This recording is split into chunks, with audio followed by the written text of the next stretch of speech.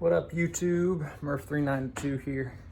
Pardon the grossness. I'm on leave over the next few weeks, so I decided to actually let this grow out, but it's not coming in too hot, so probably gonna shave it. Well, a few things have happened since my last video. Well, you guys may have already known from the Hellcat review videos that I did buy a house. Look at that, huh? Yeah, we got a house now, which is awesome, which means I also have a garage. Yay, got a place to actually keep the bee during the wintertime. So, yeah, this video is going to cover my top 5 favorite things I love about my car. Now this is specifically for my car. There's going to be a couple things that's Scat Pack specific in here, but this is mainly what I love about my car. The first thing that I love about my car is this color, B5 blue. It's probably one of my favorite colors on these cars, actually, right next to Plum Crazy and Go Mango Orange. But kind of stinks that Dodge discontinued this color for the 2020s, because it's a head turner. People, one of the first things they always tell me about my car is that they do love the color. Yeah. So my second favorite thing I love about this car is basically how it comes from the factory.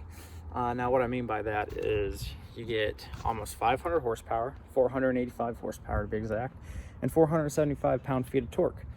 All for, I think, less than $38,000 now. So what the new Scat Packs are going for. So it is the most horsepower for the least amount of money when it comes to buying muscle cars, modern muscle cars. So that's what I really enjoy about the Scat Pack in particular. Hellcat's cool, don't get me wrong. 717 horsepower is fantastic, but they're still expensive. The Scat Pack is a nice, affordable option if you just want like a nice daily driver that has some pep in it. I still like how you're able to get it in both the manual and automatic as well. That's not number 3, it's just it's a side note. And they're fairly, actually, you know what, we will make that number 3. Number 3 is customization options. Now, I did not customize this car.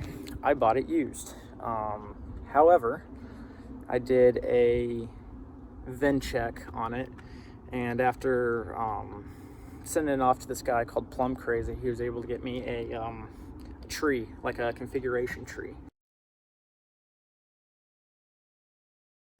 And I'll shoot a picture here in the video, but I found out that my Challenger is a 1 of 5 made in 2016, which is pretty cool if you think about it, because there's only 4 other cars. One of them is a Canadian car, actually, but there's only 4 other cars out here that were built exactly like this one in 2016. So all the different customization options you have on these vehicles is really cool. You can literally make it any way you want it in any type of configuration, and that car could potentially be something completely different from what everyone else has. All right, so we'll move on here to number 4. Now this one is a little bit silly, but I don't know, I'm a sucker for engine bays, and the Scat Pack's engine bay, well, actually all of the Dodge Challenger engine bays are super clean. Look at that.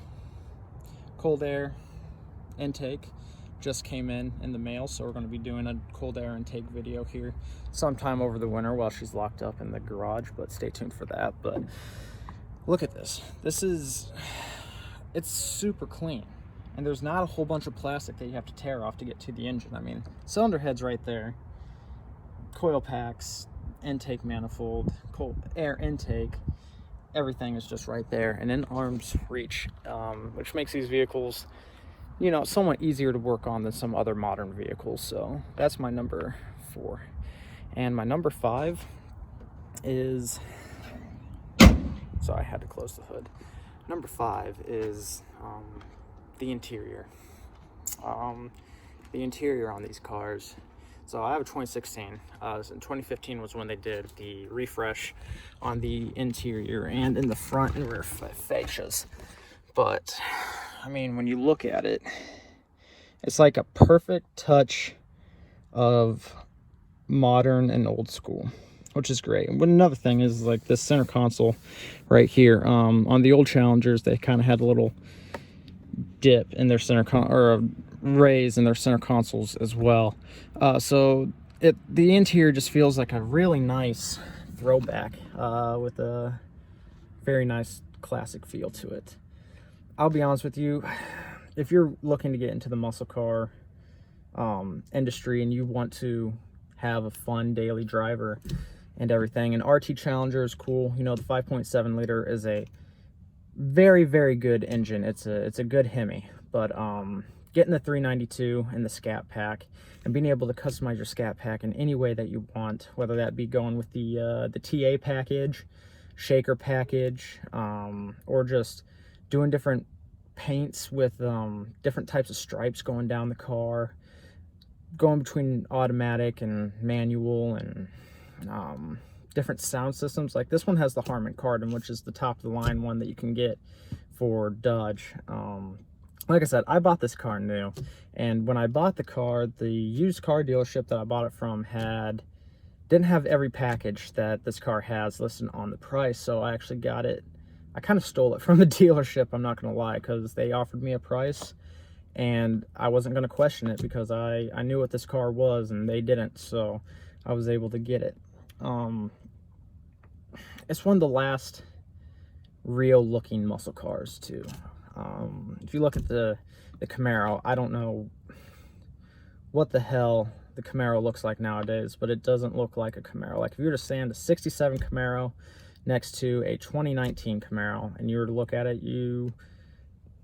it just doesn't look like a Camaro. The Mustang is kept pretty true to its origins as well. It has a decent classic look to it, but I think the Challenger overall, just from the body lines, if you were to stand a 70 Challenger next to a 2019 Challenger,